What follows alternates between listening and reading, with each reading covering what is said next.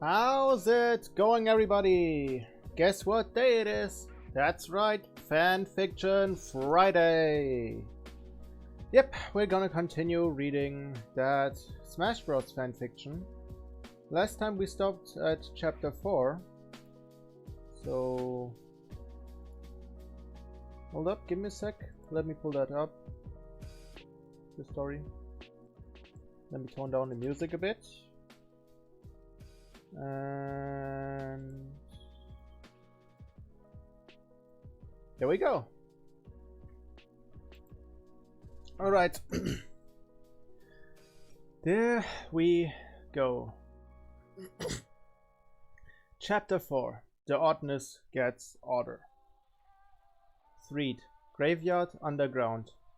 As Ness kept lamenting the loss of his sacred sandwich from the dust, a figure covered in soot emerged and blinked under its dirty glasses.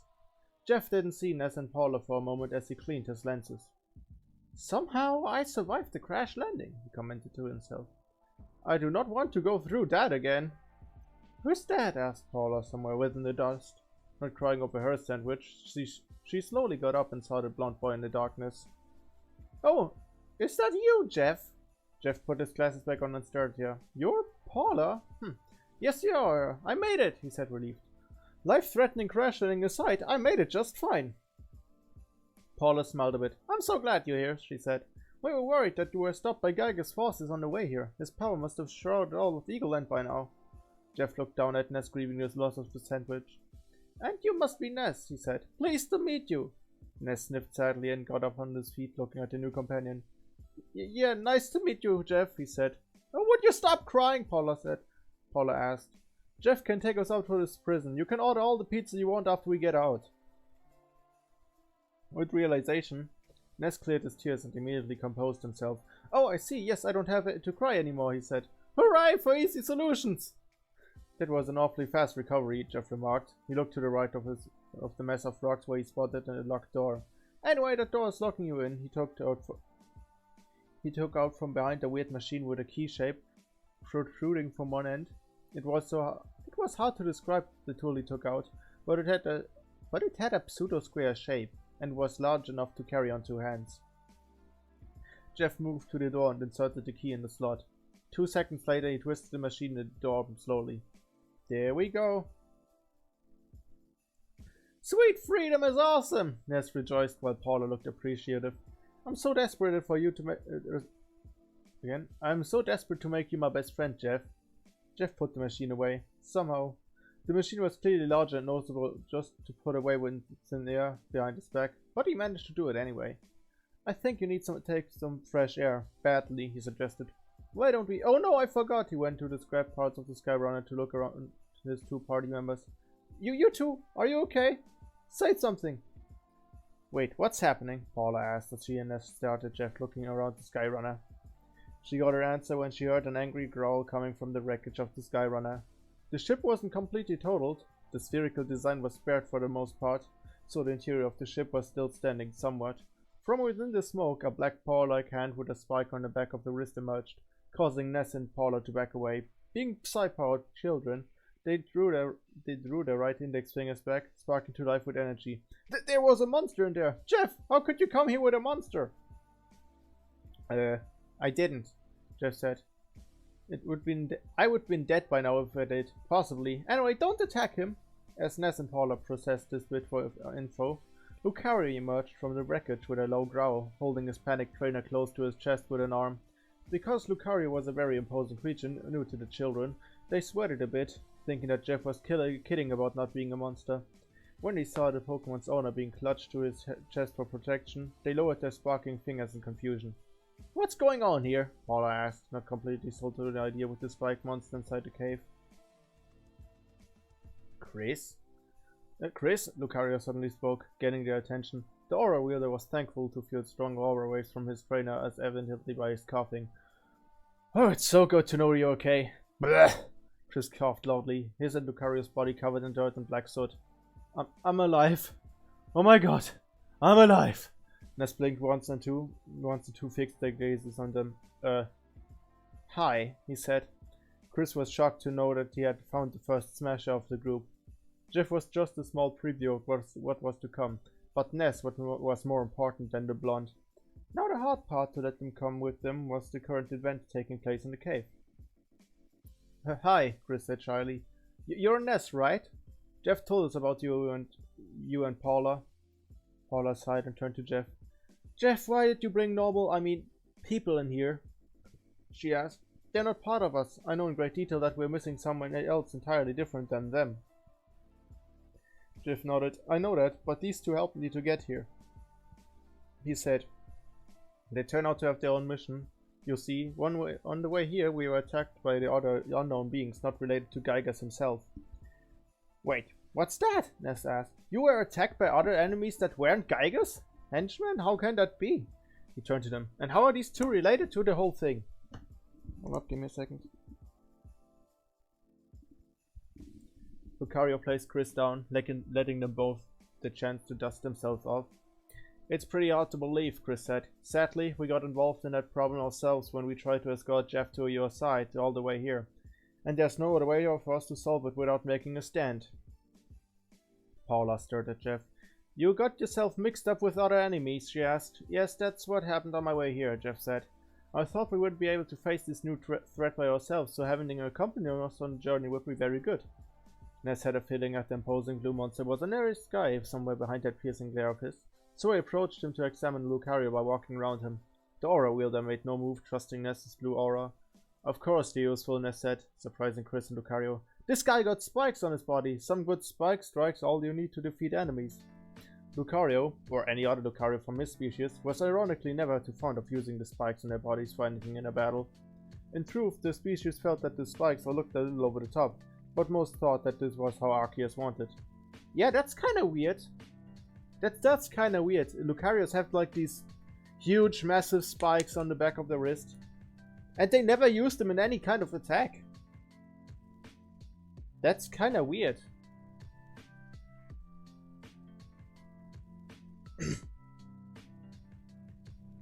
Using the spikes in battle was a clear sign that Lucario would stoop so low to inflict heavy damage on other opponents with lethal weapons. I never used these spikes for battle, Lucario said with a serious look. Really now? Then I don't know how you helped Jeff cross winters. And I said, you look pretty slim. Thin, skinny even. No muscle whatsoever. You just look tough to me. Oh boy, Chris thought as he looked up at Lucario.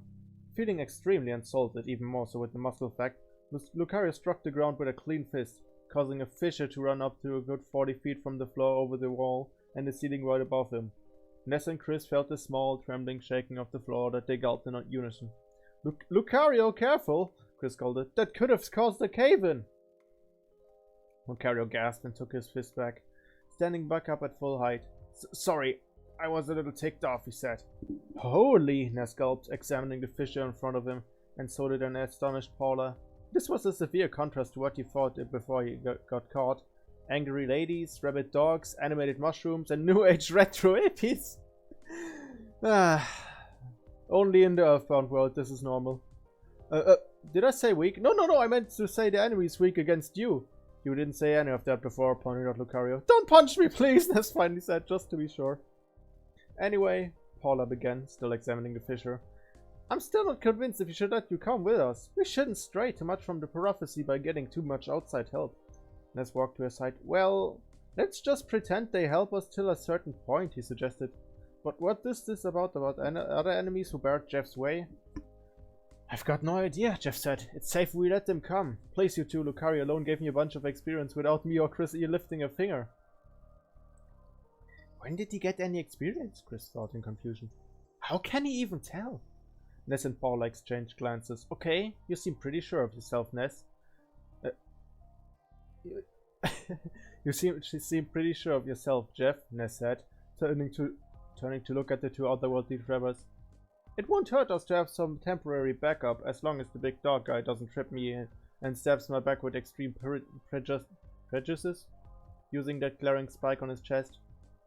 Lucario sighed. I hardly ever trip and cause an accident like that, he reassured them. Chris, however, took a note to the warning by walking beside his Pokemon, no matter if he was taller or smaller. Besides, Jeff continued, it's sort of my fault that Chris is like this. The other two chosen children turned his way. What do you mean by that? Paula asked, getting an explanation as to what has happened on the way to Threed. A bomb blew up and turned Chris into a boy? Somehow that doesn't sound too surprising to me, Ness said, blinking twice with a blank look. Both Chris and Lucario stared, not believing how he didn't take it that badly. I know those looks, you two. You pretty much lose all sense of common sense when you get a talking bug from the future warn you from absolute destruction if you didn't do anything about it. Chris muttered, trailing off and feeling morbidly ill to hear the other boy say such a thing in the first place. I see. See? That's even more shocking, Ness said. By the way, I didn't notice until now. Why are you wearing my clothes? He asked Chris.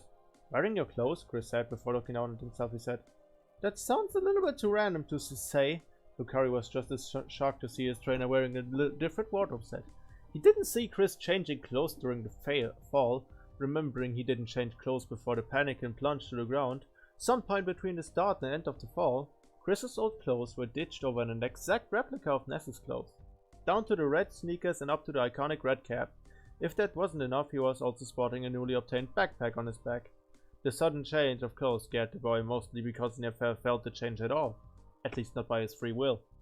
The only reasonable explanation Chris could come up with was, Lucario, didn't you strip from my clothes before we crashed in here? Lucario gasped, blushed, and furiously shook his head. Why would I still rip you from your clothes? I don't care mostly about what you wear as long as you're comfortable, he shot in defense. Well, where are my other clothes then? How should I know? Maybe they're back in the ship. Chris looked behind into the scrapped Skyrunner. Reluctant, he got inside the wreckage and tried to find his own clothes around the debris. But it was useless. His old clothes were gone forever. There was no way the clothes magically floated out and fell down somewhere. Giving up his hasty search, the defeated boy walked back to Lucario's side. They're gone, he said. My old clothes are gone. I'm not sure what's going on with you, Paula commented from her spot. And frankly speaking, I don't see how we should discuss a topic about lost clothing right now in this stinky place. Hey, this is actually important to me, Chris said. I had my normal attire a mere moment ago. I can't just brush it off like that. What if I suddenly get naked in the middle of the day? Now that right there is a very surprising, shocking thing to see, Ness commented. Well, I don't care if you're wearing my clothes unless you're a fanboy of mine. Are you? The fact Chris knew Ness very well from his world was extremely discouraged to mention. More than that, Chris didn't admire Ness at all. He admired Mario even more now that there was a chance to meet him in person. I've never heard of you until Jeff said so, Chris said. Good enough, Ness said, nodding. So it's okay for you guys to follow us, I guess. If those weird enemies show up again, having more fighters should make things easy. The duo was shocked to know they were able to get into Ness's group. Wait, really? Chris said. Chris asked. You don't object? Why object when your guy can create a fissure with a fist? Ness asked, kicking a fissure while Paul looked unsure of the decision. He'll give us plenty of experience, Lucario shrugged. I don't know what to say to this, he said. Me neither, Paula said, but the more the merrier, they say. Give me a second. Gotta drink a bit.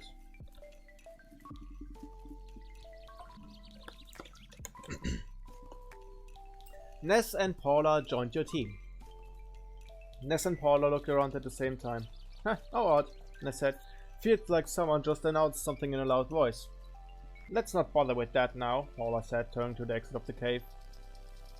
Let's get out of here first. The two children joined up with Jeff until Chris and Lucario exchanged grimaces and followed them from behind. They were still in shock that they made it just fine to Ness. Now the task to keep him safe started, but for how long? They couldn't tell for now.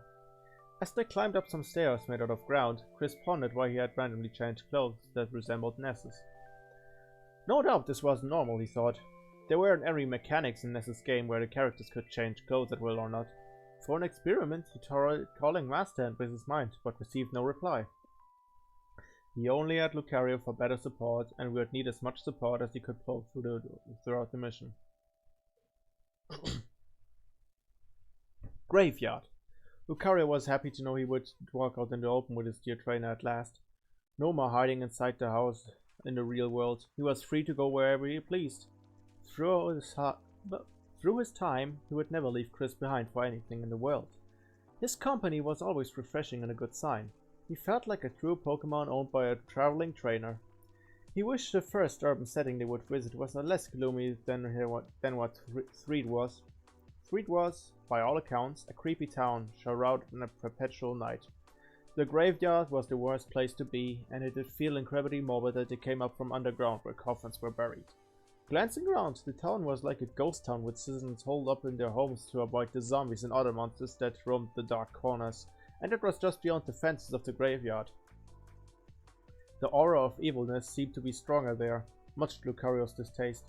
Through his eyes, he saw the red aura actively trying to pierce through the children with desperation, but they were unfazed by the supernatural attack. Ugh, we were locked up down there? Ness asked, spotting the large hole the Skyrunner caused when it crashed down. Gross! We were next to corpses! It's not as bad as the roaming zombies and evil puppets, Paula said. Jeff took off his glasses to clean them with his shirt. What a drastic change in setting, he commented, putting his glasses back on. I'm used to seeing a white snowland from my room in the boarding school. This is creepy. Zombies here were real. It scared Chris to know that. When he spotted a limping figure behind the tombstone, its decayed green skin, grey hair, and red eyes proved it was definitely a zombie. He shivered and wisely hid behind Lucario, who noted the abomination and narrowed his layer at it. There was a sickening red aura emanating from the monster, but the aura itself wasn't its own completely. A portion looked off. It had been reanimated by an outside force somewhere in the land where Lucario couldn't reach, even with his 100 miles of radius. You know you reached a low when brainless zombies locked you up, Ness said. Well, they're not entirely mindless, Paula noted. They would have eaten us right there at the hotel they lured us in, but they kidnapped us. Why would they skip brain eating altogether? It's surely a big dumb move on their part. I'm grateful for. I'm still shocked to see real zombies anyway, Chris muttered. Just please let's not find any brain eating ones. It was then he noticed a zombie coming from the west, stretching out his arms their way. He screamed and hit behind Lucario. Due to the scream eliciting complete annihilation, Lucario growled loudly, charged ahead, and delivered a force palm on the zombie's face, blasting off his head far away from Threed. The force on the wind disintegrating it into nothing. More importantly, he had beheaded something else yet again! Chris and Jeff got horrible flashbacks from before, but Ness and Paula were far less grossed out and more impressed at the aura Pokemon's strength. They didn't mind the beheading just because it was applied on a zombie and not a living creature. While Lucario lamented what he had done, the zombie's corpse collapsed on the ground and turned to dust. Wow, Ness said. That was creepy awesome. But awesome anyway! Indeed, Paula nodded, making Lucario turn around to see the mixed facial expressions. Your strength is huge. You're going to be a valuable asset before we make it to Geiger's. Just you know, Lucario stole glances from Chris and Jeff's sickened expressions. Chris and I aren't tagging along for too long. Yeah, I knew this was too good to be true, Ness said, sighing. What a shame. If only Buzz had said there was a big blue dog aside from us. His riot eye twitched at the nickname. My name is Lucario, Lucario said with venom. Oh, yeah, right, Ness said. Sorry. Jeff looked at Chris while holding his stomach. They're lucky they didn't see what he did before, he whispered. Somehow I feel he's going to repeat that again, Chris whispered back, as Lucario whacked back to his side. Carefully with the beheading, you'll never got to do that back home. I don't expect you to do it again, he said. My apologies, Lucario said, feeling guilty. Just hearing your scream prompted me to jump into action. Ah, the classic sense of overprotection, Ness soundly said, getting into the conversation as he started to walk to the cemetery's exit. It never fails to come up. What? Oh hey, Rhino's live. Nice.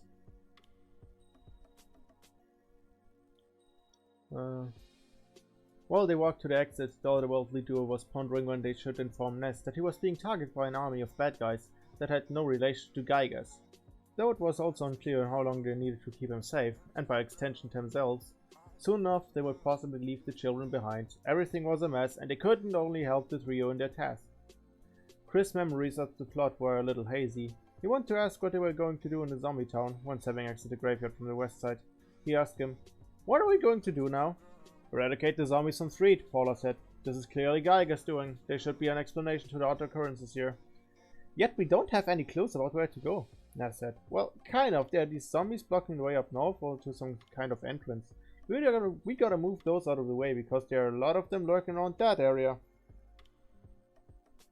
"Let me take them all on," Lucario said. "All of them will fall quickly against me." It was the most reasonable solution to sick Lucario to the zombies for a quick and easy victory. But Paula had other thoughts. No, she said, making Lucario blink. The zombies are quite frail even against our psi. We could use their power to make it through, but we thought attacking that many zombies over there would make the rest attack the people in the buildings. She looked around as they were crossing the street, spotting many houses with closed windows, barricaded doors. It'd be nasty if everyone in town would confront the zombies without weapons, while we're off investigating what's up north. The otherworldly boy started into space, not believing that Lucario's Herculean strength wasn't effective for the task. Up until now, his strength was a boon for the journey, quite literally dismembering any enemies who looked funny their way. Destiny clearly didn't want to leave things very easy, as proven by Paula. I'm speechless, Lucario said. Ness gave him a dull look. Strength isn't gonna solve everything, you know, he said. You gotta be smart and think of everything. You're the heavy hitter of the group. You're suited to just beat up a few enemies. Lucario felt a little broken to know that. He looked down at Chris. I do think I need more training in my thought process, he said. We never went around that back home. That's because there was absolutely no need for it before in a place where nothing dangerous happened, Chris said. No, it's very, very different. To tell the truth, Lucario was actually going to enjoy such training for once. He and Chris could look more like a Pokemon and his trainer. He was excited to do actual training than just doing push-ups with a bat on his back, while Chris rested on top. Though his yearning for battle was becoming a reality, his trainer had a different idea altogether. Attacks to keep universes safe would ban them from normal Pokemon battles, and the boy was chained to fighting himself as well. Multiple stomach growls made them to stop on their tracks. In unison, they blushed and looked away. This is what happens when flying ships crash land during my sandwich hour, Ness told Jeff. Alright then, I saw a pizza place down south. We got enough cash to spend it on one. Eating a mundane food with people he would have probably never met before made Chris get curious. Eating with Lucario back home was always enjoyable, but this was a serious change of pace, which was also needed with the fact that the Aura Pokemon was walking out without people screaming and tossing rocks his way. But now, the boy was puzzled if video game food would even have an effect on him. Sure, I like that idea, let's go! Careful about not drawing too much attention from the zombies and shaking trash cans, the group made it to Mark Pizza, entering the double doors and reaching the counter. The place wasn't utterly odd, though not finding any tables or chairs was what was odd. All inside they found out a weird fact. I'm sorry, but we only deliver pizzas by phone, told the female clerk. Here, let me give you the phone number.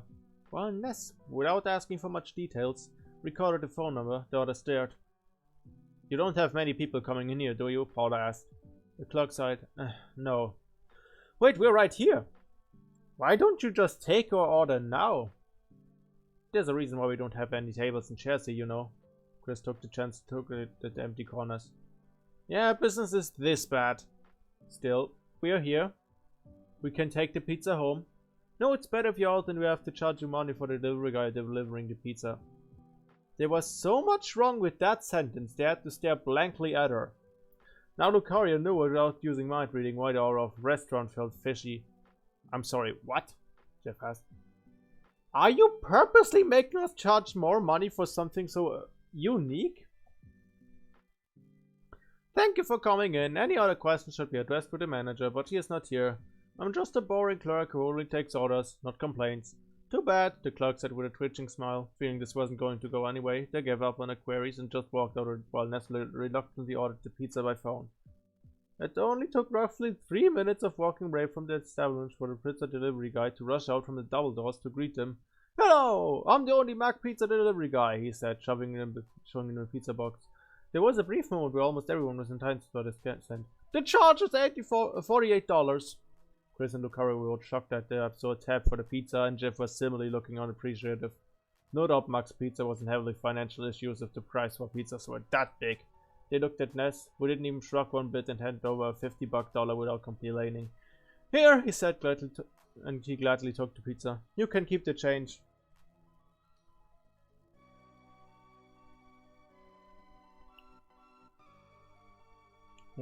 Thank you for your patronage, sir. Enjoy. The delivery guy said, precariously going back to his base. I'm sorry, but $48 for a measly pizza? Chris has to ask, which he did. At no point when he played the game, he never called or even entered Mark Pizza at all. What a rip-off! Ness, I can't believe you didn't say anything. Are you so rich you didn't care either way? Exactly, Ness said, which somehow mortified Chris and the others. Paul, already used to buying some atrociously high-priced equipment, wasn't freaked out. Don't give me that look. My father is funding my journey with his job. He's never given me a lot of allowance before, but now it's different.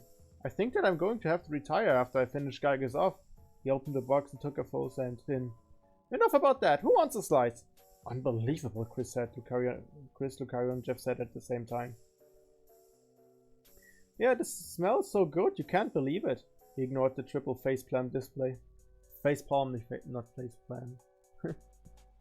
I didn't think we were going to eat this. In hindsight, eating pizza out on the streets with man-eating zombies isn't such a good idea. Another reason why Mark Pizza will probably go bankrupt at this rate in the near future, Paula predicted. She was right. We're 5 people. We go through the pizza pretty fast. Alright, grab a slice, you 4, Ness said, opening the box. Chris eyed the pizza, presented him. The smell was pretty real, and it did make his stomach roll in anticipation to eat a slice. He grabbed the slice and ate a bit. Sure enough, his body didn't reject the food. It went down without issues. He sighed in relief and started eating faster, while everyone else did the same. The children ate more than one slice, with Lucario and Paula only eating once each. Lucario took a small chance to talk to his trainer when the children were facing another way. I'm enjoying this so far, he told him. I'm not talking about the food, I'm talking about how we are out in the open together without restrictions. Chris forced a smile. Yes, it does feel good, he said. Though I wish we were someone else instead of this zombie town eating pizza out here. The aura Pokemon looked serious, though the slice of pizza he was holding contrasted greatly to his expression, which Chris found very glaring from his rather low altitude compared to the large Pokemon. With me by your side, you don't need to fear anything, Lucario reassured Chris. I won't let those monsters bite your arms on my watch. He was hoping to sound very heroic to him, not minding Pizza's like was bending down too much on his large hand. I feel a little touched, really, Chris said, making Lucario smile. But would you please finish your slice? I can't take you seriously with the dripping cheese bits on your waist. Lucario blinked and he saw he was getting dirty with cheese on the waist, getting tangled up with his sleek yellow fur. It was too late to clean up and stop blushing, for the children had turned their way and spotted the mess at eye level. Chuckled Ness, with Paula and Jeff merely adjusting his folly glasses. I need a napkin, Lucario said meekly, getting one from Ness. He wasn't expecting Chris to suddenly laughing for a brief moment, wrecking the result. Lucario was hoping to get instead. Still, his trainer's radiant blue aura fled with positive waves as they felt good and refreshing to the aura Pokemon, who smiled and chuckled as well. It's worth to see him laugh because of me, Lucario thought relieved. As long as he doesn't laugh at me. His distraction brought the children closer to them, making things easier to bond. Now give me a second, gotta drink a bit.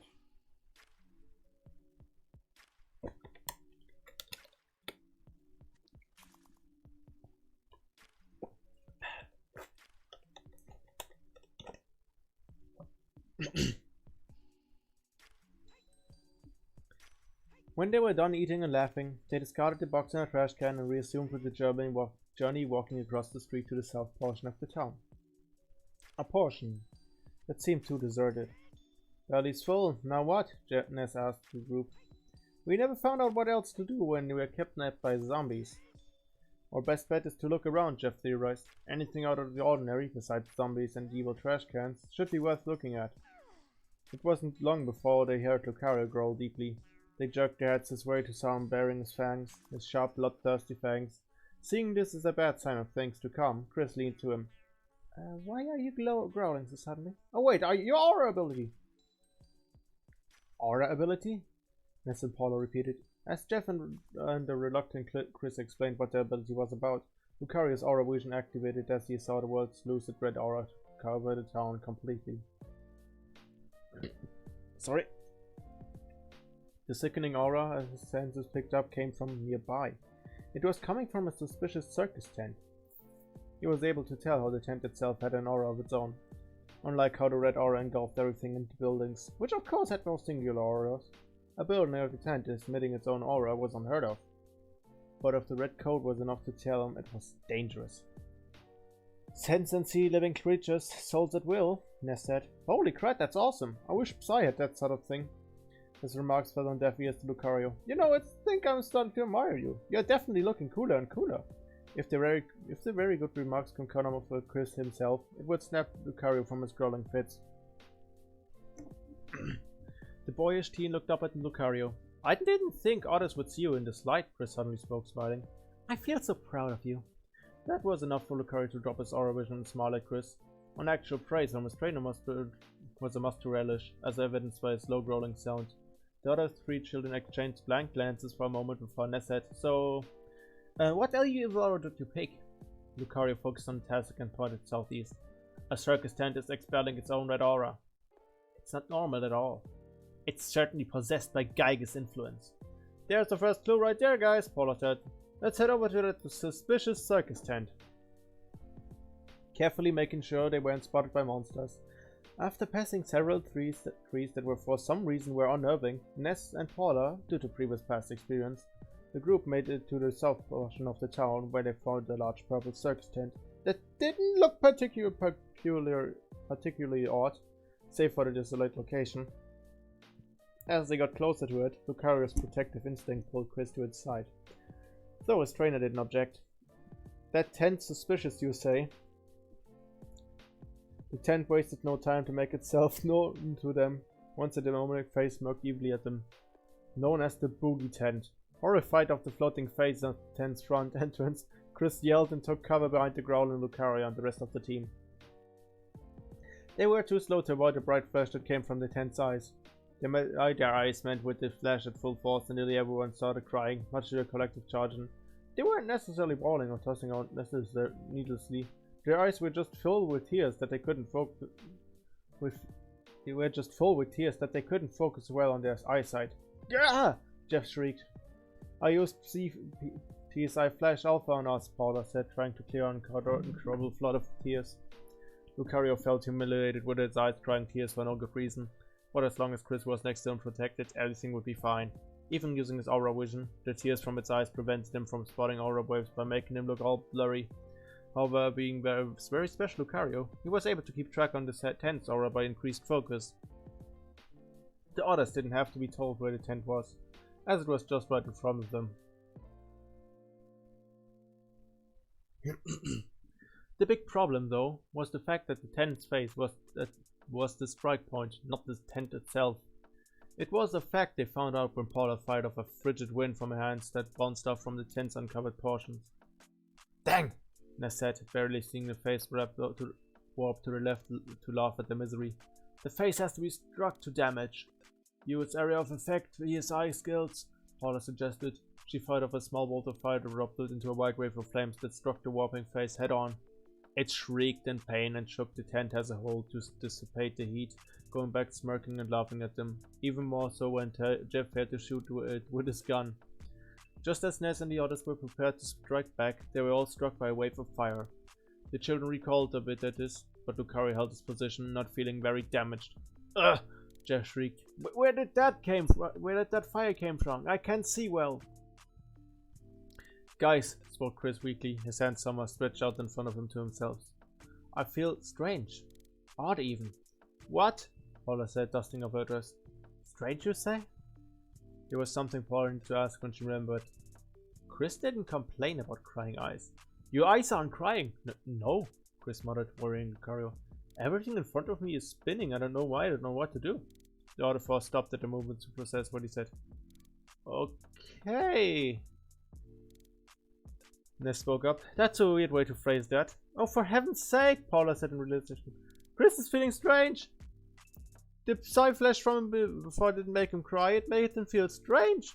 The tent's going to pay from that, Lucario roared, resorting to form a large aura sphere with an open palm. If Chris's Lucario had been a normal one, he wouldn't have been a 6-foot tall Pokemon with impressive physical strength. He would have needed to charge an aura sphere with both 2 palms to concentrate his aura. Since he wasn't a regular one, he was able to charge aura spheres with a single palm in less than half a second, even going so far as to enlarge them in size for massive damage. Up until now, he never used an aura sphere in the real world because of how chaotic one small sphere could be in the backyard. When he learned to move and fired off a sphere to the air, it had caused a lot of panic in the neighborhood when a massive explosion was spotted high above. Now outside the real world, Lucario had complete freedom to go overboard. A fatal mistake in practice all the same. The children barely saw an illuminating blue shade engulfing the area before it was shot at high speed to the tent's face. Looking shocked at the sphere of destruction, the tent's face shrieked and couldn't manage to escape the blow in time, blowing it up within a very large explosion that pushed everyone with a strong gust of wind except for the sphere's owner. Lucario easily reached out to keep Chris from getting pushed back as he witnessed his oral eradication of the evil bogey tent within the massive explosion. As smoke flew everywhere, the chaos subsided very quickly, and the tent was no more. With the battle over, the children and the aura wielder regained their vision and senses, going back to normal. However, the explosion of aura didn't go unnoticed by the chosen children. Chris himself was too shocked to see the crater where the circus tent used to be. He had forgotten how incredibly destructive Aura Sphere could be in his Lucario. It was times like these he wished the Aura Pokemon was only tall and not physically be able to mow down an entire army. Holy crap! Chris shivered, looking for protection by embracing Lucario's waistline. Lucario sighed, looking worried at his trainer.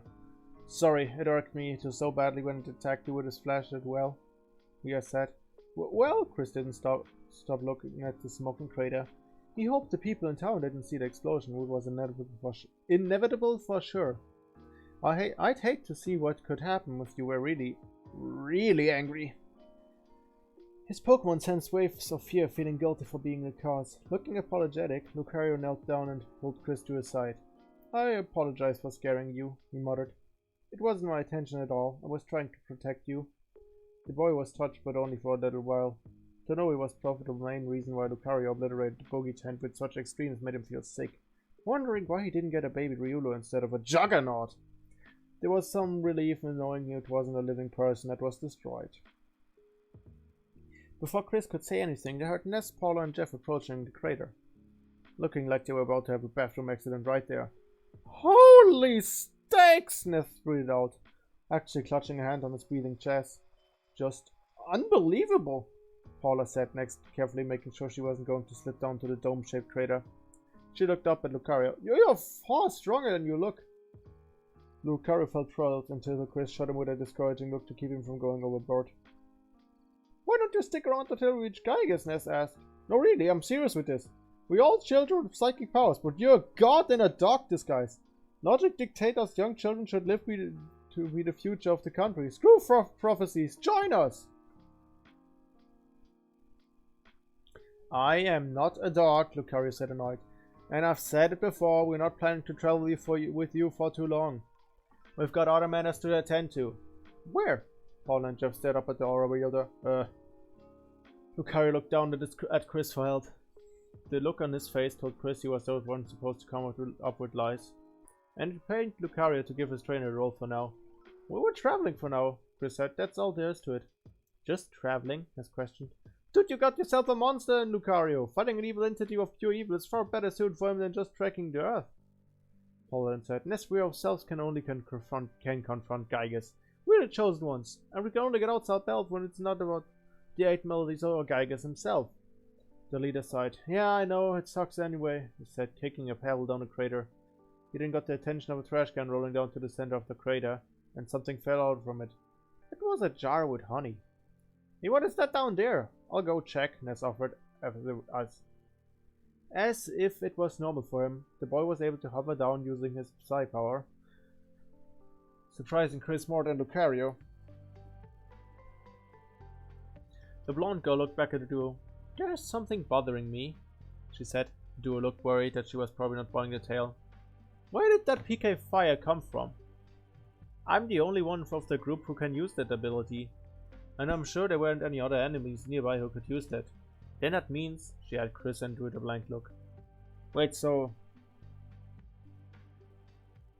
Hold up, so... Ness isn't able to use PK Fire.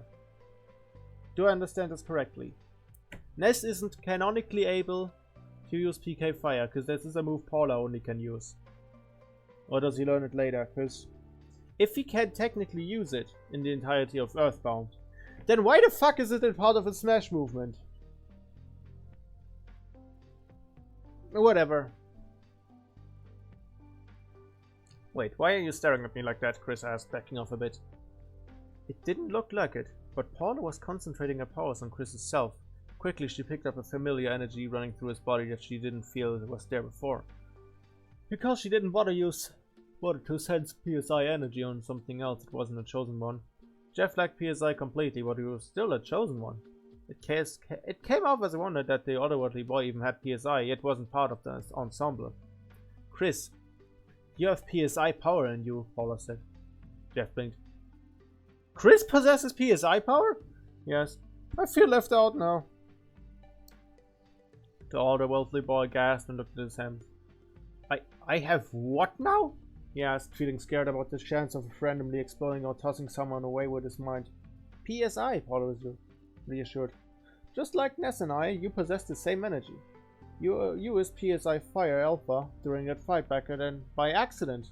No less, but you are aware of your gift. Lucario was shocked to know his trainer had dormant power to begin with. Until it dawned on him, Chris never ever had anything like PSI in the soul back in the real world. In fact, a quick scan of his aura revealed there was an energy source that wasn't there before they arrived. And Lucario was certain when he recalled sensing Jeff's and Chris's aura when seeking the Silence with aura. There was no energy there whatsoever, but no, there was. I don't want this gift, Chris said, shivering and bracing himself. PSI is technically psychic powers, right? I never used this before. What if I burned Lucario by accident or any of you without holding myself back? That fire attack you shot didn't even tickle me, Lucario thought. Now there, Paula said, PSI is completely tameable. It doesn't look as hard as you make it out to be. You only burn someone if you keep panic and losing control of yourself like an idiot, she pointed out. Just be yourself and the PSI will never run wild. The boy was doubtfully. It was not very easy to avoid accidents like that. But it was the best thing to do now. Taking a deep breath, Chris slowly calmed down. I can do this. I'm one with myself, he muttered, closing his eyes. I won't run out burning people with my mind. Paula looked dully at him. No need to act so dramatic about it either, she said. Chris opened his eyes up and sighed slowly. Okay. I don't feel any different, truthfully, he said blankly. He looked at his body for any second effect or an extra arm. It's so weird. It'll be weird once you use PSI, Paula said. That's when you feel kind of a tingling going on. Jeff tilted his head. PSI is such an amazing ability to have, he noted. I wonder how it even came to be and why some people like you and Ness possess that ability. Hold up. Give me a second. I've got to drink something.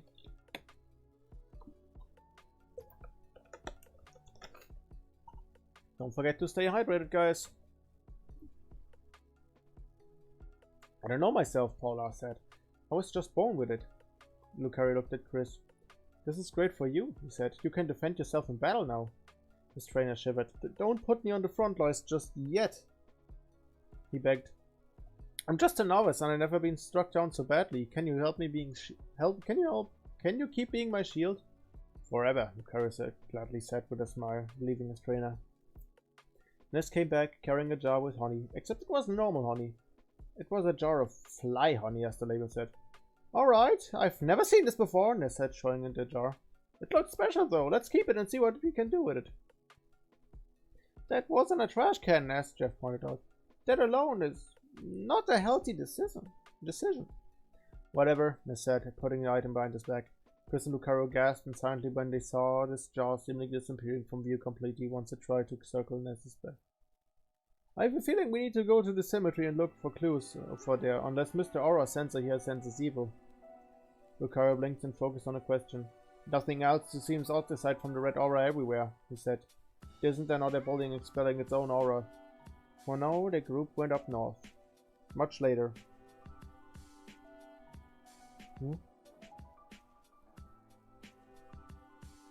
Okay. Let me check that link.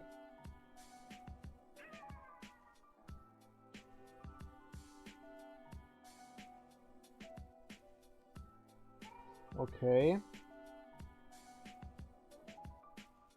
Okay, that's a pretty neat story. Kinda short. but not bad, I guess. 3 Hotel. Out of poor odd convenience, Ness got a call from a prodigy known as the Apple Kid who sent him an item called zombie paper to trap zombies. Combined with the jar of fly honey, which attracted zombies to the group as they walked across town, these items make for an excellent bait to lure all the zombies to a single location. The location to lay off the trap was in a circus in the middle of the town where a group of adults were trying to think of ideas to get rid of the zombies. After the children told them about their plan, they agreed to it. Mostly because they weren't good at coming up with anything and they were too desperate. For the trap to work, everyone needed to abandon a normal circus tent for a whole night. The children, the guests, decided to rest at the local hotel. Thankfully the one that didn't have suspicious ladies and zombies, and wait for the zombies to enter the tent and get stuck on the floor. Telling the day and night apart was hard due to it being 3 PM and the night sky high above. Still, the children were exhausted and needed to recover. None of them had a proper chance to rest after eating pizza. Unfortunately, the hotel got nearly booked with people taking shelter there. The barricaded houses kept relatives out, ironically just because they didn't want to risk letting zombified people in, forcing them to take a room with just 2 beds. The room itself was nothing to write home about, with one window facing north in the middle of 2 cozy beds and a drawer to the left. There was a bathroom door on the south portion of the room. It was a simple hotel room. Standing near the only window of the room were Chris and Lucario talking to each other away from the 3 children currently taking turns to use the bathroom. It's hard to believe what we've It's hard to believe what we've been going through up until now. Chris spoke to Lucario. Zombies, costly pizzas, evil tents, zombies, dead dogs, living puppets that aren't being held up by anything. I know I've repeated zombies. Don't correct me on that. Lucario nodded. After coming here, I'm asking myself, why didn't we start in my native world instead? He said, slightly getting pumped to fight a real Pokemon. It would have been so much better. I don't think really so, Chris dismissed. I wouldn't want to be thrown in a world full of man-eating monsters. Chris, you're perfectly protected, Lucario said, trying to convince his trainer. Not even a full team will be able to touch your hair. I suppose. You're not ordinary, Chris pointed out. Fate does have its ways to give people anything. I should know by now, except not the part where it makes me get involved in a universal conflict against a super evil entity. He complained. And I can't back out from it because I just know I'll get into trouble either way. I've seen enough examples on TV that wouldn't make sense in real life otherwise. Oh god, how long is it? Oh god, this will take some time. Despite his trainer's constant nagging about that, Lucario didn't complain at all. It gave him a huge opportunity to make his trainer power out all the same. And the day when Chris would fight alongside him was a possibility now that he had obtained PSI powers. That still needs some work to do. Chris had the right to voice out his opinions until a certain point would be reached. Well, Lucario trailed off, it would be far worse if I wasn't around. Chris stared. It's like the definitive answer for all my problems is just to have you by my side, said Dolly. Really, I expect an event where you have the power to make things fairer to me. It's how RPGs usually tend to be. You're a taste of power before I'm stripped of the huge advantage. Perish the thought, Chris, Lucario said. At least I'm swift and athletic enough to avoid damage. Not that anything in this world damaged me so far. Wait, I won't get devoured. He said serious. I shall demonstrate you in full extent of my abilities now that I have a reason to use them. Oh boy, Lucario's definitely gonna get depowered sometimes along the line. This is foreshadowing. This is definitely foreshadowing.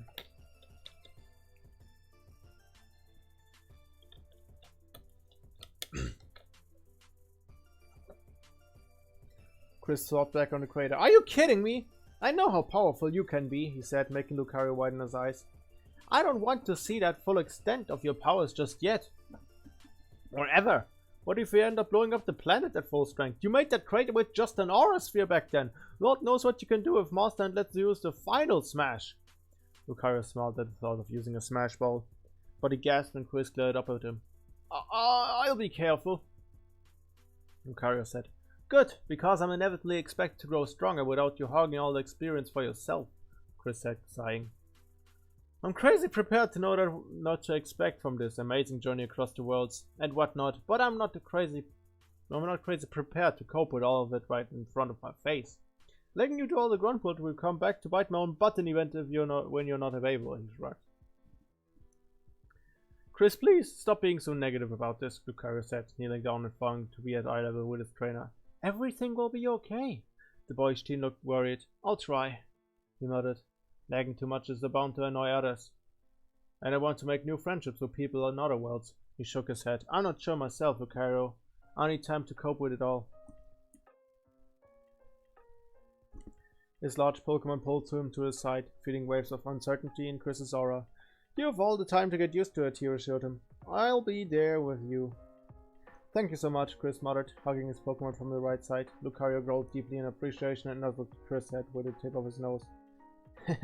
Chris chuckled. Let's do our best to keep Ness safe from the army. The aura Pokemon heard the three children come after them before they would go to sleep.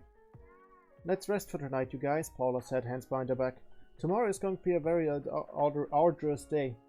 Suddenly, Lucario's senses alerted that someone was trying to read his thoughts. Knowing full well they were the source coming from, he growled his aura flared up, creating a mental shield that also went to Chris's self and caused him to grasp when his aura was brought out by Lucario. The aura Pokemon saw Ness and Paula grabbing their heads in pain, worrying Jeff right after. What were you trying to do? Growled Lucario at the two children, disappearing his aura while still keeping a mental block. Don't act innocent. I sense your mind's trying to pierce through our thoughts. What? Chris said, shocked, staring at Ness and Paula. Gosh, I wasn't expecting you could put up a mind lock and keep your mind readers away. You are very prepared. That caught me off guard too, Paula muttered, suddenly looking serious. But I was enough of a strength for the intelligence to tag along with us. Their statement was met with gasps from the duo. Speak up. What's this subspace army? Why are they trying to annihilate Ness in particular? And why are you two related to them? Lucario growled, feeling ashamed he didn't put the mental lock in time. What else did you get from our minds? He demanded. We didn't get anything else other than that, Paula said. Lucario read his... Oh.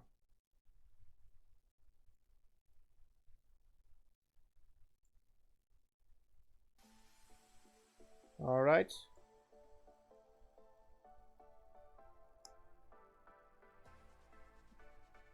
Lucario read their minds for a few seconds and found nothing. She was telling the truth.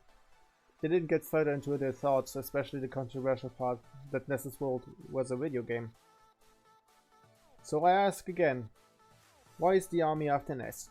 I can't believe they could read our minds, Chris said. I didn't think PSI could grant mind reading too. He stared at the three waiting for an answer. There's no way we're going to get out of this one now, are we? He told Lucario. No. Ness said, I feel a lot of pressure knowing that there's an army I never heard of betting to take my ad. What is this about? Truth is, Lucario spoke up in a small change to be the one to take the lead. Chris and I have armed from this world. Trio gasped, and so Chris. We're here to keep Ness safe from the subspace army. Ah, crap, Chris thought. Now that secret's ours. You're not from this world? Jeff asked. How can it even be? I greatly question why Lucario exists, but not Chris. How are you two from another world? Chris gulped, trying to take a leap next. So there's this guy called Master Hand. So there's this guy called Master Hand who wants to see Ness safe from this otherworldly threat, he explained. Master Hand opposes the subspace army and he wants to keep the army from ever disrupting the worlds not related to them. Ness happens to be a threat to them, so yes. Paula and Jeff stared wide-eyed at Ness, he himself wide-eyed as well. I'm a threat to an army aside from Geigers? He asked. The duo nodded slowly. Damn, I knew I shouldn't have expected that meteor near my house. Ness, Paula began. The call knows where you live. It'll be futile anyway. Ah, damn it, Ness slumped over for a bit. So what's this army, he asked. Tell me anything to lessen this impending threat. For starters, Chris trailed off, the army is made up of monsters led by the skull called Taboo, who want to take over the worlds by detonating bombs called subspace bombs, to suck everything into a void. He looked at Jeff. Jeff, that bomb you were trying to activate was a subspace bomb trying to take Winters with it. Jeff shuddered as the eyes were on him. I deactivated a space-sucking bomb and you didn't warn me about it? He asked. Oh boy, I don't feel so good in my stomach. And are we trying to take Ness down? Paula muttered, as if Geiger's wasn't enough. This is a very bad omen indeed, she stared at the duo. This master hand sent you to protect Ness? Yes, Lucario said. It's our duty to keep them from ever hurting Ness. We'll fail if Ness dies. And with it, our whole journey will be for naught, Paula added, looking worried. You two don't seem to hide any bad intentions. Otherwise, Lucario could have crushed Ness under his foot 5 hours ago. Don't joke like that, Ness scolded her, with Lucario looking offended. I know what you can do. No need to make me think of gruesome stuff involving my bloody self. He embraced himself for a brief moment. With the secret out, Chris felt more deliberate to be more spoken. He thought hard about voicing his honest opinions until he reached a decision. With his mind made up, he broke out from hugging Lucario to step forward. You know what I think? He asked. I think we should keep tagging along till Ness is safe from harm. And we will that be? Ness questioned. How can you tell when we're not going to be shot down by a random baddie? I have no idea when, Chris admitted sadly. Master didn't elaborate on that. That guy sounds like a prick, Ness said. No offense, he blinked. I don't know why I thought that. Odd. Chris shook his head quickly. Master is sure to tell us when it's okay to leave Ness behind. We'll have to wait till it's safe to do anything else, while he's busy doing his journey to stop Geiger's. That's what I think, he added meekly. He saw the downcast expressions, hurting him a bit emotionally. We truly want to help you out in any way we can. Don't turn us down now.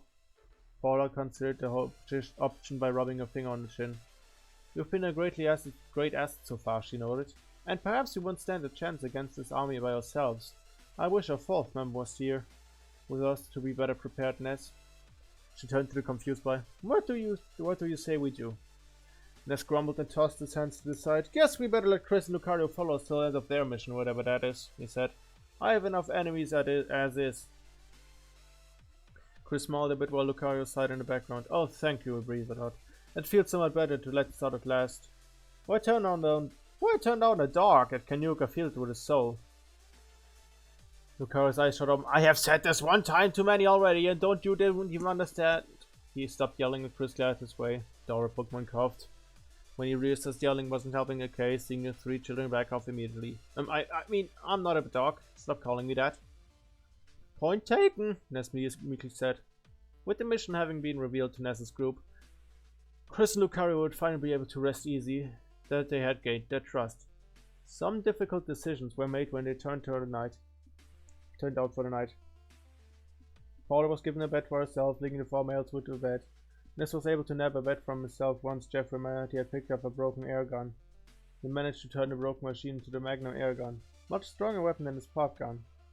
As for Chris and Lucario, the Aura Pokemon became Chris's large bed. The Aura Pokemon leaned his back on the wall, in a sitting position while his trainer took refuge behind his blue arms over his waistline. The boy's chin cursed on how he had forgotten about his fake youthful appearance and height loss. But it had this benefit for an occasion like this. Not like he was looking forward to it ever again. Still, it made Lucario feel so proud to be close to his trainer for absolute protection. He was happy when he felt waves of relief and gratefulness from his sleeping trainer, getting a good night's rest despite the red aura nagging his senses outside the hotel. As some hours went by, the zombies all over the street smelled the strong fly honey odor set up in the circus tent, enticing them to walk mindlessly into the trap. Regretting the fact Chris had said good morning during the middle of the night, the group woke up and was told by Lucario that all the zombies in the area had been trapped in the circus tent. More importantly, the zombies guarding the mysterious passage up north were gone, leaving the way open. After taking a good shower and exiting the room, the group was greeted by a happy hotel clerk. Chris questioned yet again why this was happening. Good. Midnight, he said. Here's your free copy of the Midnight newspaper. Despite showing the paper, he took upon himself to read the headlines out loud. Here are today's headlines in them 3 times. Mysterious crater spotted south of town. Street Watch community says the zombies did it. Receiving 4 childish stares that they knew better than the headlines. Lucario hung down his head in shame.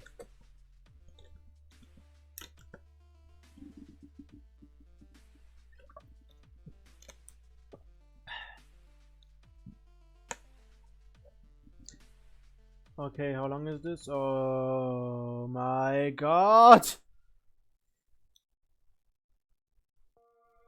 Here we go.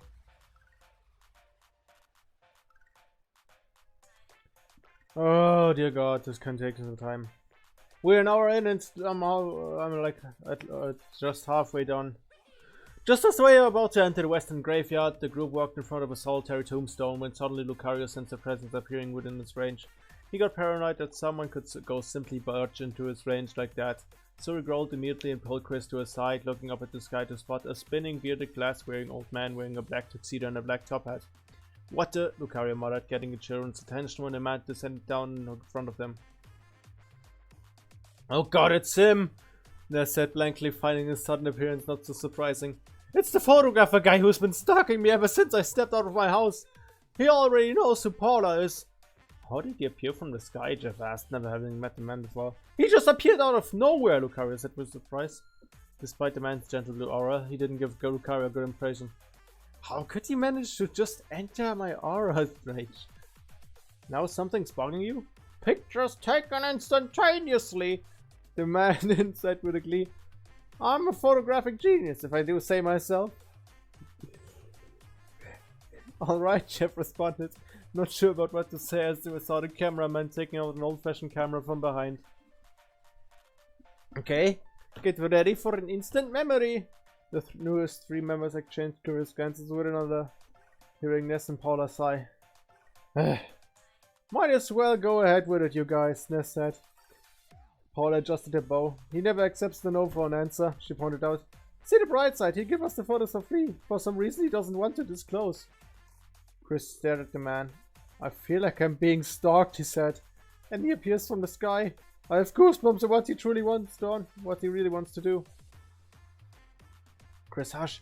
Ness said he was trying to find a spot to take a dude photo. The terrifying tombstone behind their backs was iconic enough for our memory. You gotta come over here and just smile. Jeff shrugged and went along with it, standing next to Ness's left side while Paolo took his right. Still confused, Tristan looked up at Lucario. What do you want to do? He asked him. Lucario smiled a little. Let's do it, he said. I do wish to keep a memory in a photo. No matter how hard it's to take one now.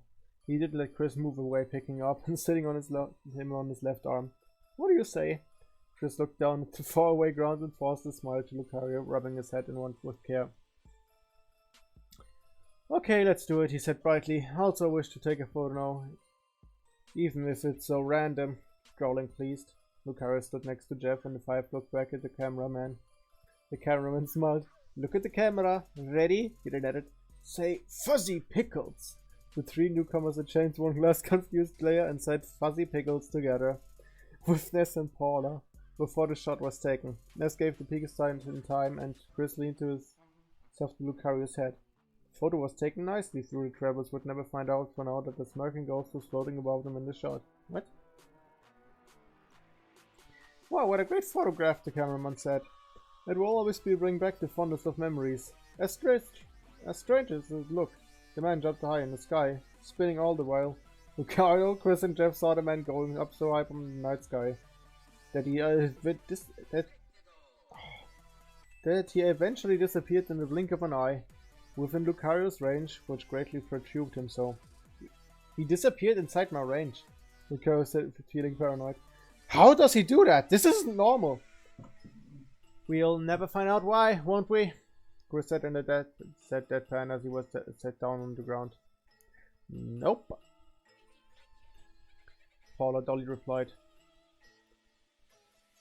The group of five resumed their adventure and walked down a hidden path behind the northwestern cemetery.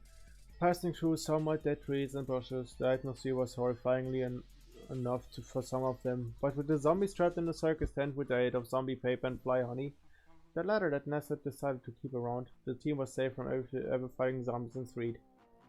Down this path is the passage, Ness said. If the zombies were keeping guard, it should be something we shouldn't see.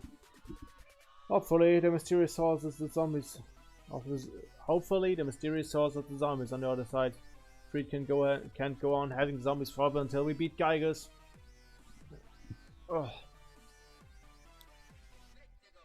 Hey, maybe the subspace army is behind this, Ness told the otherworldly duo. They probably got here ahead of time. Chris knew better that this was still Geiger's doing, but couldn't voice out the fact without sounding strange. I'm not sure, he said. We're not very informed about them to notice as they're doing. They'd have fought you a long time ago without necessarily sending some mindless monsters after you, Lucario pointed out. That should be the reason, Jeff said, but they got in the way in Winters and Ness wasn't there. Why did that happen that way? I think they did that because they know Ness was getting outside help, Paula theorized. The two of you aren't from this world and you were sent here to fight the army. The villain team wants you out of the most, if you know what I mean. I don't follow, Chris muttered. What I mean is to say that it'll be easy for them to get rid of you two, Paula said, making Chris shiver. Without you out of the way, they'll do as they please with Ness without getting help to fight back. I don't know if Ness, Jeff and I couldn't hold them back by ourselves if they're that strong, but... She trailed off in thought until the group came across the tombstone with a ladder going down the passage underground. It was the passage the zombies were guarding, so that's the spot they were protecting. It's against my policies to go in there without adult supervision, but screw that, Ness said, and he went to the ladder and started climbing down. Come on, you guys! Almost reluctantly, the group had entered the tombstone to reach the secret passage. For added security, Lucario kept up the mental block and aura sensors down to see if enemies would present themselves as they proceeded down the passage.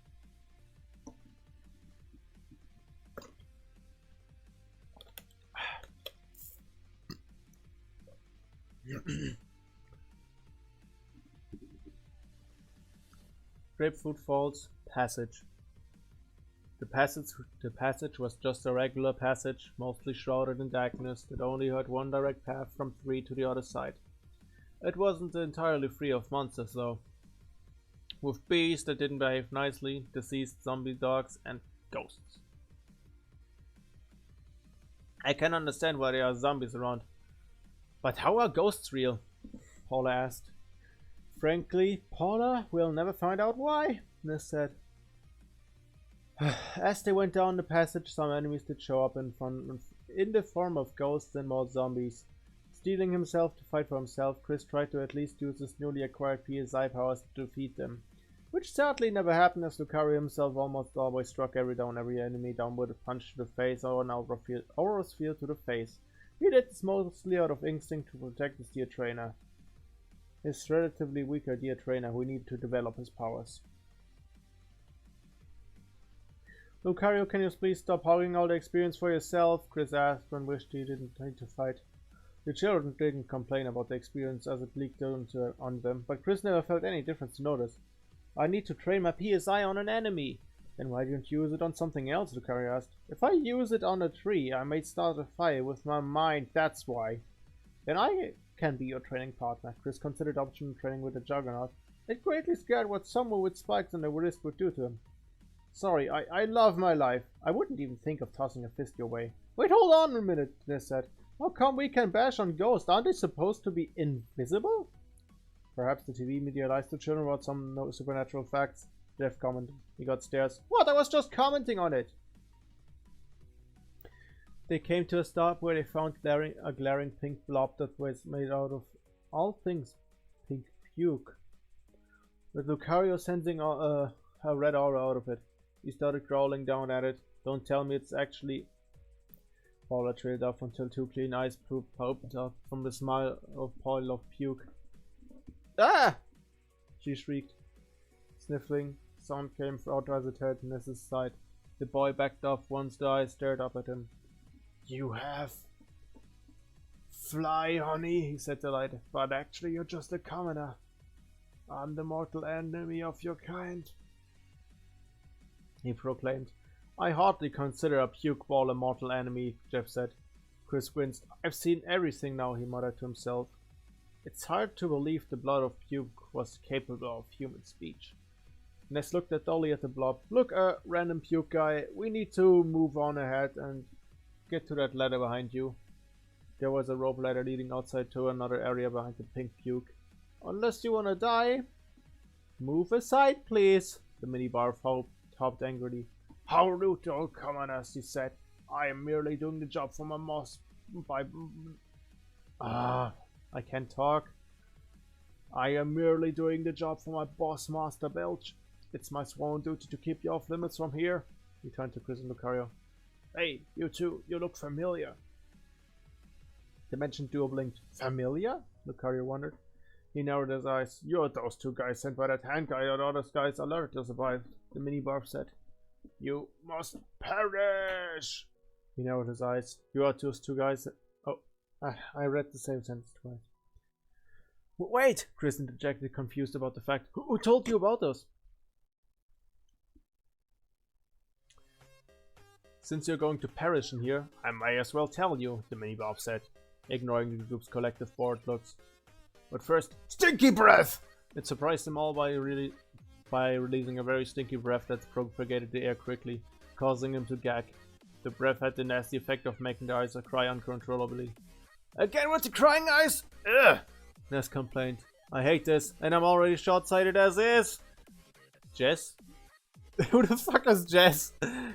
I mean, they would probably want to say Jeff. Complained next, taking off his glasses to rub his eyes. Ha!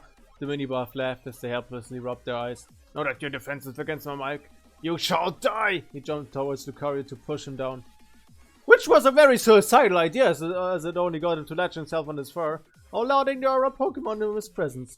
Lucario growled and grabbed the puke with his left hand, regretting doing so when he felt out texture, before tossing it harshly at the nearby wall, obliterating it in a large flat spot spread everywhere and bringing it to an anticlimactic end for its troubles.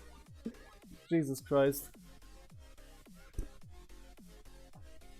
With the short-lived battle having ended, their crying eyes were restored to normal, much to their relief.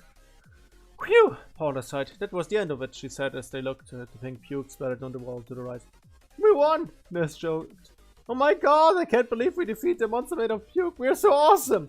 Stop it, please, Chris muttered. It feels so underwhelming if you say it like that. Moreover, he stated at the sickening puke. It said it knew who Lucario and I were. Okay, oh, that! Jeff said, cleaning his glasses. He was talking about some guys alerting his team about you two? Don't you think the subspace army is those guys he mentioned? Most likely, Paula said. They are tracking you down after all. Lucario sighed slowly. Then they're trying to take us down at Winters, he said. Hold on for a moment, let me see if I can track down the auras in the perimeter. Ugh. He stood in there and activated his aura senses. Though he didn't go so far as to glow with it, it was activated in a stealthy manner before he scanned the area around him. That is strange. I can't find anything unusual in my field of vision, he said. There shouldn't be anything else beyond that ladder over there, but I can sense that there is a lot more negative aura surrounding the falls up there than in Treat. There are falls up ahead? Ness wondered as he went over to climb up the next ladder, indirectly telling the group to follow his lead. Grapefruit Falls. Falls. Okay, give me a second. Okay, oh my god. Okay. Okay. That's the last bit of the story. The falls were known to have a distinct smell of grapefruits that wafted the air from a refreshing scent, which was completely true for anyone who would get to them. Even from the passage, the fruity smell could be reached when the... I'm like an hour for 15 in. My skills of reading and shit are going down. Looking around, the falls had a setting which consisted of a long grassy winding path going up north between highland to the right and large lake to the left. Far up north were the iconic crashing falls keeping up a...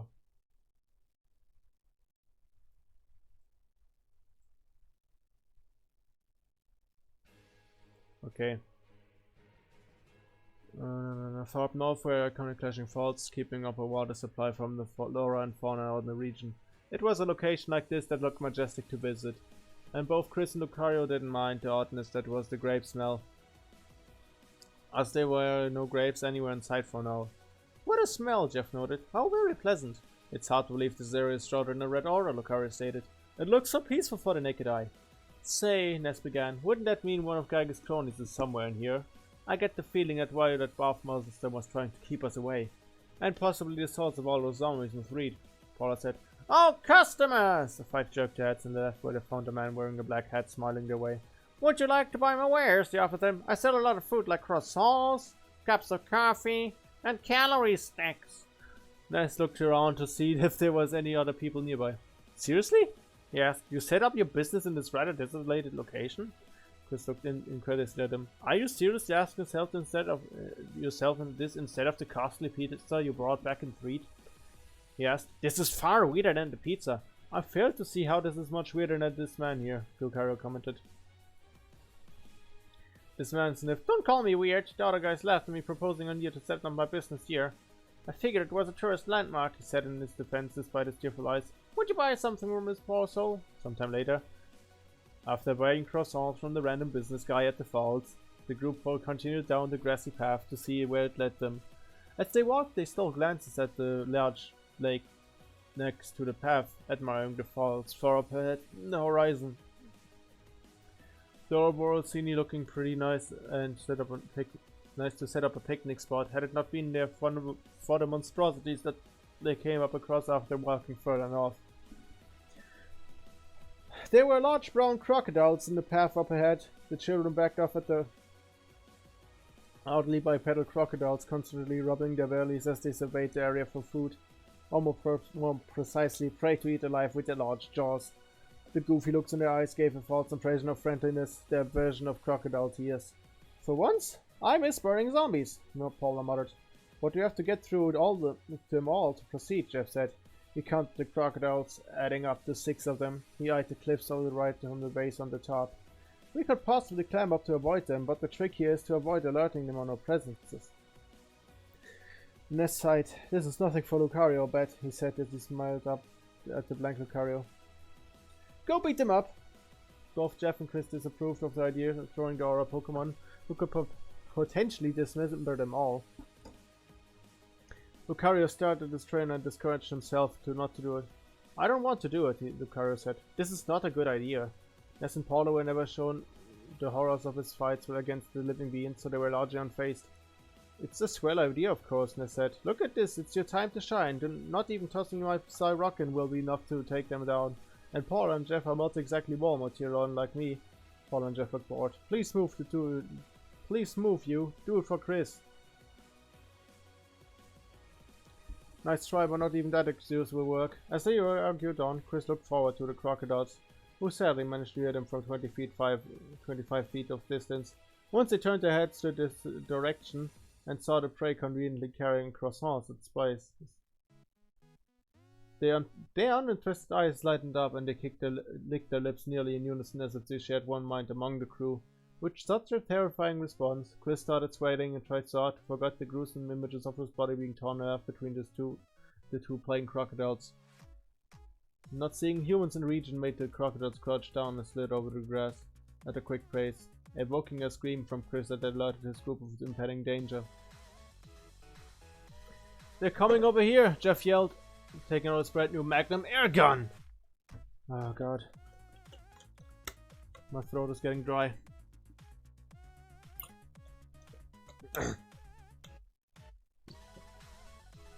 The crocodiles were fast enough to get up on them. Though Lucario took on all the 3 by himself, the other 3 playing crocodiles slithered past him to the 4 children. The children shrieked but held their stance against the monsters, albeit Chris was far more terrified than any of them, and thus backed off further away. Paula used PSI Fire Alpha and pushed him back, while Ness released multiple colored blasts of Psychic's energy called PSI Rock and Beta to greatly reduce their health. Jeff was somehow taking one of the crocodiles, but one crocodile noticed Chris further away from the group. Naturally, with no one to defend the boyish teen, the crocodile dodged the air blast from Jeff's gun and quickly slithered to Chris. Is that crocodile going after me? Chris said in shock as his crocodile got closer, with Jeff panicking and failing to shoot it down with his weapon. Sweating and gasping, the boy looked at his hands for a brief second and crossed an open palm behind the animal. PK fire! He yelled loudly. His body didn't react to the command, and a small spark of fire erupted from his hands and burst into flames. When it made contact with the crocodile's face, the animal got pushed back, shaking its hand to blow away the fire. I did that? Chris asked as he stared at his hands. He ignored the playing crocodile, nodding his head in agreement. Wow! Then the playing crocodile decided to lash its thick tail against his frail body. Chris felt his stomach brutally pushed aside in complete pain as he himself fell over into the water. Paula saw the blown gasp. Chris fell into the water, she said, quickly making Lucario look back at the event. Miraculously, the boyish teen floated up into the surface, looking dazed and weak. It was not until the crocodile opened his maw that he began screaming in horror at the sharp fangs shining to the sun. Ah! He screamed. Chris's loud screams were the trigger for Lucario's rage to come forth. Baring his fangs like a beast, Lucario roared loudly and charged forward, fists flaring up with the intense aura in the name of his trainer. He was in high gear and there was no way he would stop his fury until every enemy wasn't alive and breathing. The children were surprised when the crocodiles who were fighting were hastily pulled back by their tails to the spot where they were minding their own business before, and the angered Lucario roared louder as he reached out for the crocodile, harming his trainer, squeezing its large tail with his free hand and tossing it back to its other comrades. It wasn't over yet. It was an unforgivable deed to hurt Chris in Lucario's eyes. Up until now, the boy had gone unscathed in the adventure, and Lucario wasn't being completely himself when he saw the blow. It riled him up so badly that he became blinded by rage. His glare piercing through the 6 crocodiles' eyes. Whimpering, the crocodiles felt death right before the aura Pokemon launched herself at them with a high jump, leaving the children behind to go help Chris climb out of the water. The trainer noticed the abrupt change and the froze there. No, don't! Jeff said, holding out the hand that the other children watched then. Paul looked at him. Jeff, please, we should leave this to him.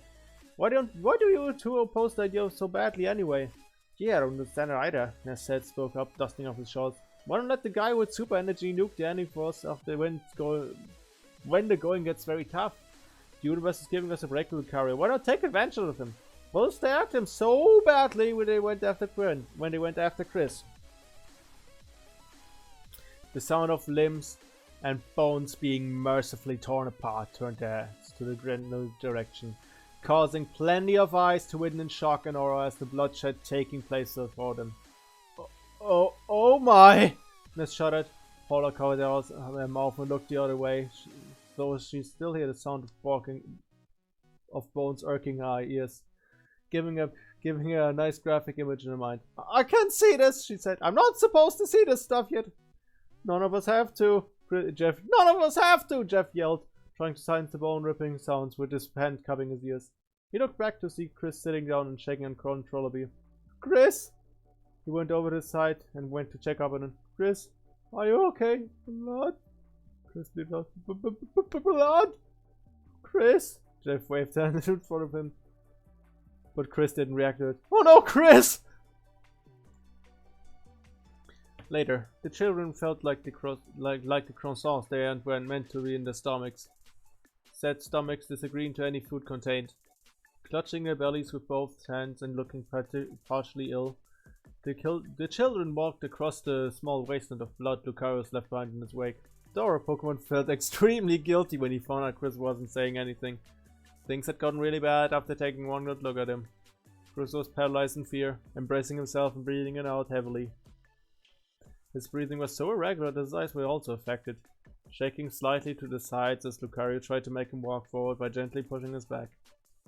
Still, Chris was at a complete loss of words. He was traumatized at the horrific display back then, and seeing the smallest drop of blood sent him into something close to having a cardiac arrest. Sorry that I laughed, but there's like this traumatic scene for him, and in the background it's just the remix of the Mario Maker theme.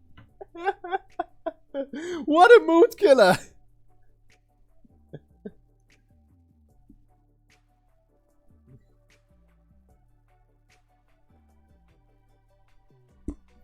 Now I know why you guys didn't like to throw him at the baddies, Ness muttered. The stain of might far more stable than the others. He practically beheads monsters in a single blow. But he went too far this time around. It wasn't enough to take their lives. Anyway, he still kept beating their dead bodies and taking their Jeff! Paula yelled loudly, seeing Chris shivering much more. Stop bringing that up in great detail! He can't take any more than that! The traumatized boy kept shivering as he recalled the bloodshed a few minutes ago. Lucario had lost it when Chris screamed for help, turning into a mindless beast bent on pulverizing all enemies in sight for just the sake of keeping his trainer safe. This had shocked him very much so, as he had hardly reacted so violently in the past. He had only done so twice, the first time when he abhorred the idea of being Chris's Pokemon, and the second when he did so go to found a living person, a thief, who nearly killed the defensive team. Lucario admitted he nearly repeated the same misdeed again without considering the consequences thoroughly, and seeing Chris acting like an empty shell gave him nightmares. At the end of it, Lucario cleaned his blood-stained hands and went to the nearby river when he came to his senses too late. Chris, Lucario muttered, trying to snap his train out of his shock. It's over now. You don't have to be like this. It was hard for him to justify his actions without coming up with a good plan. Blood. Blood. Too much blood. Jeff grimaced. That's odd. How come he's in shock now? He asked as he thought back on the previous encounters they had in Winters. He never reacted so negatively before, so why is he... I think it may can remember the event in the past, Lucario said as he turned to the children, sensing waves of utter fear coming from Chris's aura. This wasn't the first time he ever saw too much blood on a rare occasion. What do you mean? Ness asked. Was there really another time where he got like this? Lucario told Ness to cover Chris's ears. Okay. Chris went over to Chris and covered his ears. So this happened before? Sadly, yes. And it was caused by me too. Lucario ashamedly admitted to making the children gasp. One night at our home, a thief got into the house and threatened to hurt Chris while he was going to the bathroom. I was waiting for him in our room, but then my aura picked up the thief's red aura, and so I sprung into action and went to confront the thief. I was too late, however, because he had gotten a hold of Chris with a knife and... He closed his eyes and grunted. There was so much going on back then. I grew furious with anger, and I found I had torn the thief into pieces by the end of it. When Chris was down on the floor, his eyes frozen, and he was a wreck. He refused to get so close to the mess of blood I met on the second floor. It was sickening to watch for myself, and I had carelessly tried to calm him down when I noticed my hands were covered in blood, making him scream and back off from me. Worse yet, he got blood on his face sometime when I was not myself. Paula covered her mouth. My God, she muttered. He hung down his head in shame. He was leaning to the wall, embracing himself. I tried to budge him from there after I cleaned my hands from blood and tossed the limbs away from the house. But he wouldn't listen. He was in utter shock for the whole night until he somehow fell asleep right there. I didn't leave his side and brought him to his bed to rest, wishing for his recovery. Dude, seriously? Now? Ness asked, looking almost horrified as she might. You tore limbs off? It's not a memory I'm so proud of. Did he come to the senses the next day? Jeff asked, looking over the helpless boy. It took him days to recover from the shock of it all, Lucario explained. It was a nightmare to see him so emotionless, not to mention I had to take care of him to convince him to eat food. I made during those days to his recovery until he came to his senses down to the road. This had a happy ending somewhat, he forced a small smile. When he came around, he cried to me, thanked me for saving his life. That's when he revealed he was scared of dying alone with none of his parents knowing about it. He also fears to see so much blood himself, so that's why his recovery took even more time. Paula tilted her head. His parents aren't around? She asked. His parents travel abroad, helping businesses from what he told me, Lucario said. He never told this to them in fear of what they'd say. But this is in the past, he muttered. Looking over at his trainer, I don't wish to ever repeat that again. It's too much for me to see him so frightened. Ness uncovered the boy's ears and he walked out of his field of vision. Chris, he said. Chris, it's okay. You don't have to shake. I'm not so good at this. Just get better, okay? I'll try. Chris started gulping some air. Lucario gasped and went to his side. Chris, are you recovering? Please tell me so. Chris slowly looked up at his Pokemon. Yes, I'm recovering. He breathed out, worrying Lucario. I can keep walking. Oh, what a relief, Paula sighed with the others. Perhaps the scene before was less gruesome to watch than...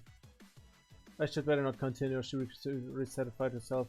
Lucario placed a hand on Chris's relatively small shoulder. Chris, I'm so very sorry for what happened earlier. I shouldn't have gone so far to keep you safe. All I wanted was to save you from danger. I know. The group blinked twice when Chris forced a small smile. That was so sweet of you. That was so sweet of you, he felt silent, in a way. How the heck can you say so? That was so sweet when he practically murdered crocodiles in your name, Ness thought. Oh, he said outside his mind. Lucario shuddered. Putting that like that sounds a little warm, Chris, he muttered. But I'm glad you're okay, and I'll never try to go so overboard with my power for your sake. He looked serious. Nothing is worth if my trainer can't go unharmed in any way, be it physically or emotionally. Good boy, Chris replied meekly, slowly embracing Lucario's side. Dora Wilder similarly embraced him with a free arm. You're a good boy. Oh man, he's really not feeling so good, Ness said. Should we go back to Freed and rest? If we don't leave this place in time, we will pray for more crocodiles. Or pray for Lucario to slaughter. Hold on, Paula said as she noted the cave to the right. I heard something coming from that cave over there. It sounds like boings. The cave she was pointing was very linear, as evidenced how she could see the other end from it was from their positions. There was a particular sound echoing down the passage that they heard loud and clear. Despite the fact they were getting so close to falls, the sound was a loud boing. What kind of sound is that? Jeff wondered. Should we even continue on like this? I'll worry of Chris' state of mind. Wait, Lucario, use yours to see what's over there. With a suggestion in mind, Lucario scanned the area up ahead across the cave using his aura senses. To his surprise, he found a somewhat populated village by some unique individuals. There's a hidden village on the other side of this passage, he said. Let's go there. Chris can rest. Paula evaluated the possibility. How do we know he can rest? He can rest there. Lucario interrupted his tone, sounding serious, keeping his trainer close to his side. Dora, Wilda, and his chosen ones walked through the passage of the cave, avoiding contact with the enemies in there. The cave was particularly filled with rowdy cockroaches that swore they disliked of people stepping on them. Unsurprisingly, Lucario stepped on them as a less lethal way to cause chaos inside the cave. The children didn't complain at this since the experience was leaked to them. Yet Chris never felt any different. He kept on shaking, trying to forget about the bloodshed, which in turn nagged Lucario's aura senses revealed. What they were not expecting that much of the other side of the cave was perhaps the mother of all oddities they had seen so far.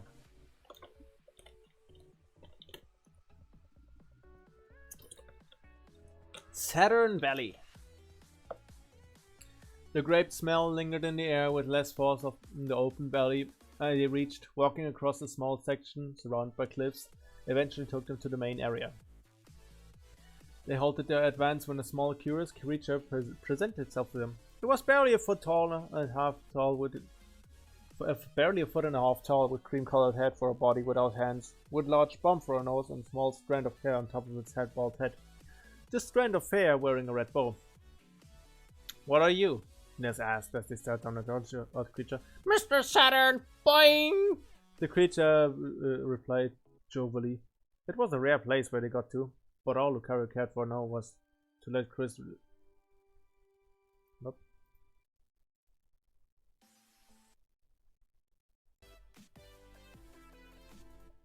Let Chris rest to recover his mental stability.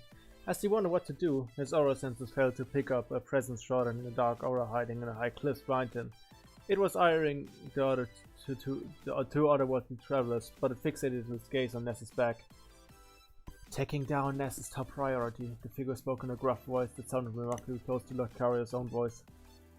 Those Mr. Saturns better not screw this up for us. To be continued. Enter the bad guys. Oh, antagonists, Ness said. A rival team for us to fight. It doesn't look like we're supposed to be on the ones fight them, Paula said. How can you guys find thrills in these unfortunate implications to us? Jeff questioned.